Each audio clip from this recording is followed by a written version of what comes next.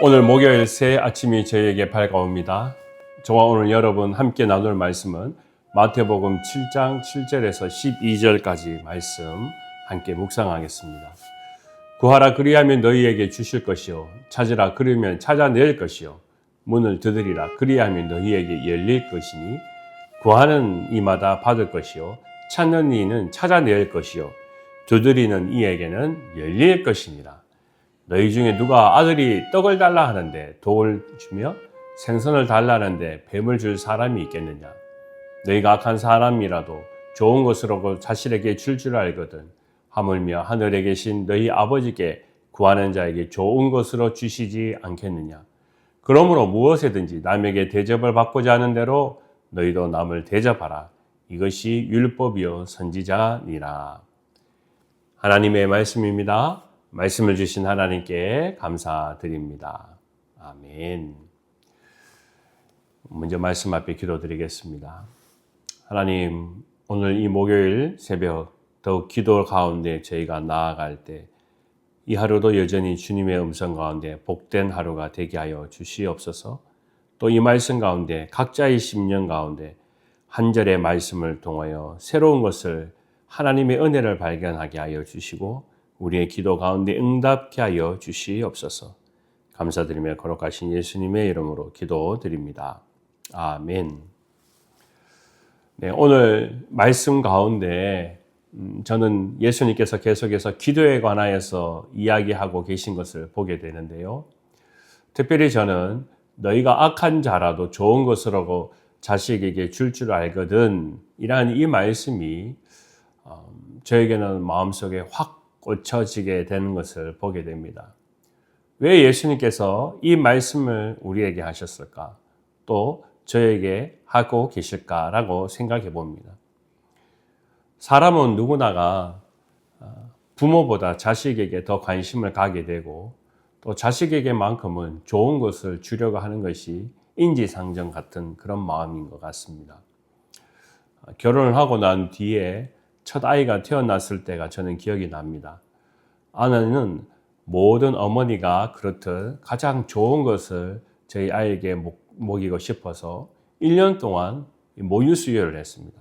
그래야 아이가 건강하다는 그런 것을 저희 집사람은 잘 알고 있었습니다. 그 다음에는요, 이유식을 하게 되었습니다. 이유식은 집사람도 한 번도 만들어 보지 못한 것이었기에 어떻게 해야 되냐 고민하다가 남에게 물어보기도 하고요. 또 책을 통하여서 이유식은 이렇게 만들어야 됩니다 하는 그런 책자를 보게 되었습니다. 야채는 뭘 먹여야 되고 첫 번째 이유식에는 이런 것은 먹이면 안 되고 그래서 이유식도 그냥 마구잡이식으로 하면 안 된다는 것을 알고 아주 꼼꼼하게 이유식을 준비하는 것을 보게 되었습니다. 아이는 엄마의 정성에 따라서 건강하게 점점점 자라나기 시작했습니다. 그리고 우리 아이가 밥을 먹을 때가 되었습니다. 제가 한 번은 밥을 먹는 그 자리에서 아이가 제가 먹고 있는 라면을 먹고 싶어 하는 것 같아서 이제는 아이에게 라면을 좀 먹여도 되겠다 하는 그런 생각을 제가 가지게 되어서 한 젓가락을 그냥 아이의 손에 쥐어주게 되었습니다. 그랬더니 아내가 노발대발을 하는 겁니다. 왜 아이에게 라면을 먹이냐고 막 저에게 화를 내는 그런 일들이 있었습니다. 모든 어머니들이 그렇지 않겠습니까? 자녀들에게 라면만큼은 가장 마지막에 먹이고 싶은 음식 같은 그런 장면이기도 합니다. 그만큼 어머니의 유별난 정성들이 아이들이 건강하게 잘 자라는 힘이 되기도 하는 것입니다. 저는 그때 그 장면을 잊지 못합니다. 왜냐하면 아무리 못난 부모라도 자식에게만큼은 가장 좋은 것으로 먹이고 싶고 입히고 싶고 키우고 싶고 건강하게 하고 싶은 것이 마음이기 때문에 그렇습니다. 요한일서 3장 1절 말씀에 보면 이런 말씀이 있습니다. 보라 아버지께서 어떠한 사랑을 우리에게 베푸사 하나님의 자녀라 일컬음을 받게 하셨는가? 우리가 그러하도다 라고 말씀하고 있습니다. 여기는 상당히 놀라는 그런 장면이죠. 우리가 하나님의 자녀다. 근데 하나님께서 어떻게 우리에게 사랑을 베푸셨는지, 우리를 하나님의 자녀라 일컬음을 받았는지, 우리가 그러하도다라는 그런 장면입니다. 그러니까 우리는 그냥 단순히 하나님의 자녀입니다 라는 정도가 아니라는 겁니다. 어떻게 우리에게 그 사랑을 베푸셨는가? 이것이 얼마나 놀라운 것이 아닌가? 그 바로 하나님의 자녀가 너야 라는 것이 요한 3서의 말씀입니다. 히브리서 12장 7절 말씀에도 보면 이와 비슷한 말씀이 있습니다. 그 말씀은 이렇습니다. 하나님이 아들과 같이 너희를 대우하시나니 라고 하고 있습니다. 우리가 하나님과 예수님의 관계는 하나님과 자식의 관계이죠. 그건 우리가 다 이해합니다. 그러니까 하나님께서 예수를 얼마나 지극히 사랑하시겠습니까? 그런데요, 히브리서 12장 7절 말씀은 하나님의 아들과 같이 너희를 대우한다라고 하고 있습니다. 그러니까 우리는 보통 자녀가 아니라 하나님의 입장에서 봤을 때는 하나님이 우리를 대우하실 때 예수님과 같이 대우하신다라고 하는 장면입니다. 어떻게 우리 인간을 이렇게 생각하는지, 또 예수님은 하나님의 아들인 아버지이고 예수님은 아들 아닙니까? 그런데 그 아들과 같이 우리를 대우하신다는 것은 대단한 대우를 우리가 받는다라는 것을 오늘 히브리서 기자는 말씀하고 있습니다.